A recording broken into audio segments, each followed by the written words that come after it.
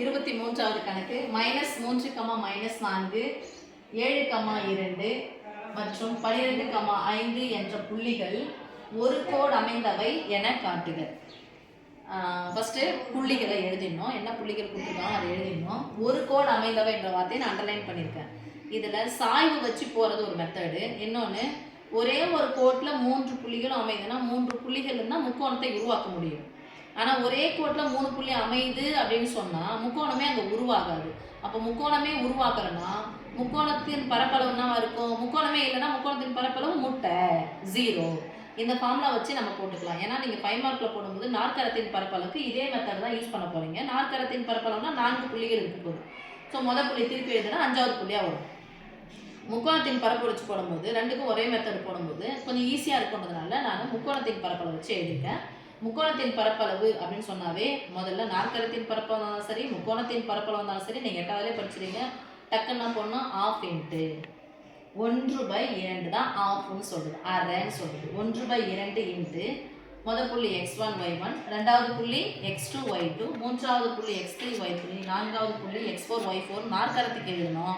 ஆனால் முக்கோணத்துக்கு 3 புள்ளிகள் தான். ஸோ அந்த முதல் புள்ளி எடுத்து அப்படியே எழுதிட்டு சதுர அலகு, ஏன்னா பரப்பளவுனாவே சதுர அலகு. இப்போ நம்ம யோசிக்க வேண்டியது என்ன அப்படின்னு சொன்னால், மிஸ் இப்போது சில பசங்க என்ன பண்ணுவாங்கன்னா முதல் புள்ளி x1, x2, x3 இது மாதிரி எழுதிட்டு போகிற ஆள்லாம் இருக்காங்க. ஸோ ஒரு புள்ளின்னு எடுத்துக்கிட்டாவே xy தான் புள்ளி.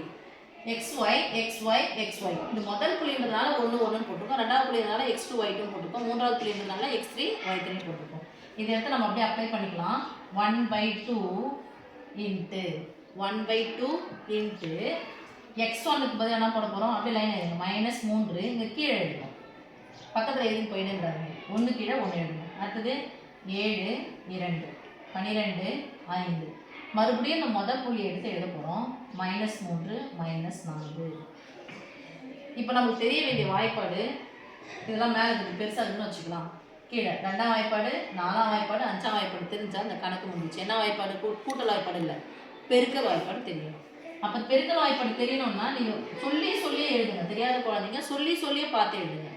2ஆம் வாய்ப்பாடு கூட சைடில் எழுதி வச்சுங்க, 5ஆம் வாய்ப்பாடு எழுதிக்கோங்க, 4ஆம் வாய்ப்பாடு கூட எழுதி வச்சுக்கிட்டு அது கரெக்டாக போட்டிங்கன்னா ஓகே. ஃபஸ்ட்டு என்ன பண்ணணும், அம்புக்குறி மேலேருந்து கீழே வாங்க, மேலேருந்து கீழே வா, மேலேருந்து கீழே வா. இது மாதிரி போட்டால் பெருக்கு நம்பரை பெருக்கும். 3 2 6, ஒரே ஒரு மைனஸ் இருந்தால் மைனஸ், 2 மைனஸ் இருந்தால் ப்ளஸ். 3 2 6 -6, 7 5 35. எதுவுமே இல்லைன்னா அர்த்தம் புரி ப்ளஸ். 12 5 40, 11 44, 12 48. இங்கே ஒரே ஒரு மைனஸ் இருந்தால் மைனஸ், -48. மேலேருந்து கீழே வரும்போது குறியை மாற்ற வேண்டிய அவசியம் இல்லை, எப்படி இருக்கோ அப்படியே போடணும். கீழேருந்து மேலே போகும்போது ஒரே ஒரு டிசைன் மட்டும்தான். கீழேருந்து மேலே போகிறோம், இங்கே ஒரு மைனஸ் இருக்குது, அப்போ இன்னொரு மைனஸ் சேர்க்கணும் இல்லையா? ஆன்சர் எதாவது வரப்போகுது மைனஸ். 7 நாங்க எவ்வளோ? 28. அப்போ -28. -28ச்சுன்னா குறியை மாற்று. கீழே இருந்து மேலே போனால் குறியை மாற்று, கீழே இருந்து மேலே போனால் குறியை மாற்று. -28 என்ன ஆகிடும்? +28. இங்கே 12 2 20, 11 2 22, 12 24. கீழே இருந்து மேலே போனால் குறியை மாற்று. குறியை என்னென்ன அர்த்தம்? ப்ளஸ் இருக்குன்னு அர்த்தம். அப்போ குறியை மாற்றினா என்ன ஆகிடும்? மைனஸ். 3 5 5 என்ன 15? -15. கீழே இருந்து மேலே போனால் என்ன பண்ணணும்? குறியை மாற்று. அப்போ -15னா 15 மாறிடும், +15 மாறிடும். மிஸ் என்ன மிஸ் இது நீட்டாக எழுதின்னு போகலாமே அப்படின்னு சொன்னால் கழிக்கிறதுக்கோ கூட்டுறதுக்கோ ஈஸியாக இருக்கணுன்றதுனால நான் அப்படி போட்டேன். நீ பாருங்க, 2 நம்பர் கூட்டிக்கலாம் அல்லது கழிச்சிக்கலாம். இங்கே ப்ளஸ் இருக்குது, இங்கே மைனஸ் இருக்குது. ஒரு மைனஸ் அந்த என்ன பண்ணணும்? கழிக்கணும்.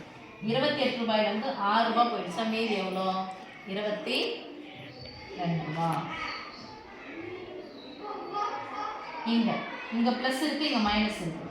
அப்போ என்ன பண்ண போகிறோம்? கழிக்க போகிறோம். இங்கே ரொம்ப முக்கியமானது பெரியனுடைய குறி ப்ளஸ். இங்கே ஒரு மைனஸ் இருந்துச்சுன்னா கழிக்க போகிறோம். 5லேருந்து 4 கழிச்சா 1, 3லேருந்து 2 கழிச்சா 1.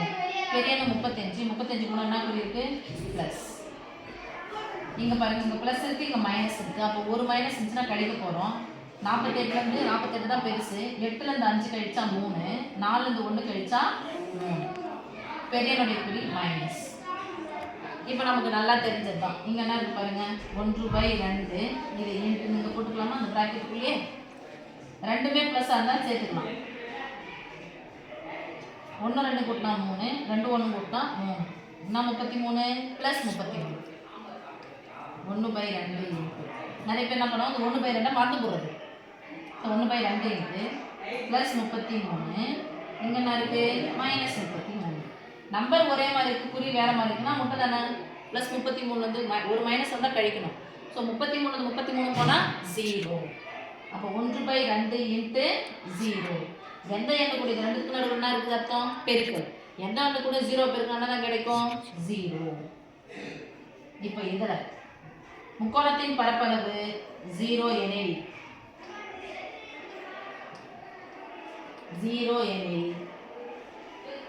கொடுக்கப்பட்ட புள்ளிகள்